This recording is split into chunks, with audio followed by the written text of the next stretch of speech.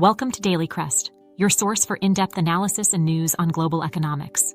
I'm your host, Mercy. In today's video, we're diving into the pressing issue of China's economic slowdown and its impact on economies around the world.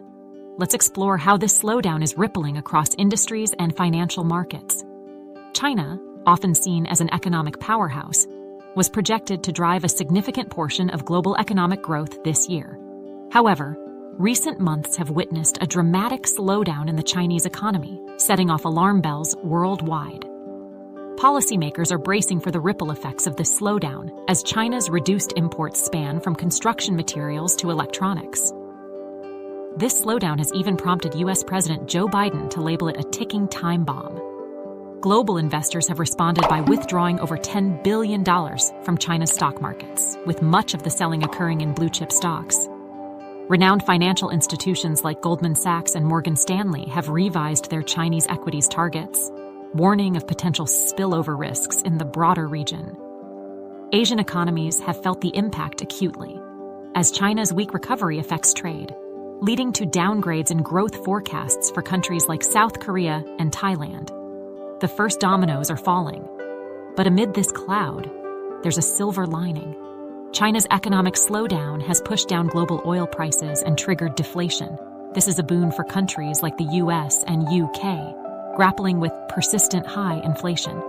Some emerging markets, such as India, perceive opportunities in attracting foreign investment redirected from China. However, the overarching concern remains. The world's second-largest economy in prolonged turmoil will harm, not aid, global growth. China's deflation isn't such a bad thing for the global economy. But if the rest of the world, the US and Europe, falls into recession, if China remains weak, then that would be a problem, not just for China, but for the whole global economy. Let's delve deeper into the repercussions. Numerous countries, particularly across Asia, heavily rely on China as their primary export market. From electronic parts to food and metals, the value of Chinese imports has dipped significantly over the past months, causing concern. Africa and Asia bear the brunt of this decline, with import values dropping over 14% in the initial 7 months of the year. Shrinking demand for electronics parts and plummeting commodity prices contribute to this decline, putting economies at risk. While volumes of commodities like iron and copper ore sent to China haven't yet dropped, a persistent slowdown could disrupt shipments, impacting mining industries worldwide. China's deflationary trend offers a surprising benefit to global economies. Falling producer prices in China mean that the cost of goods shipped worldwide is decreasing. This provides relief for regions grappling with high inflation.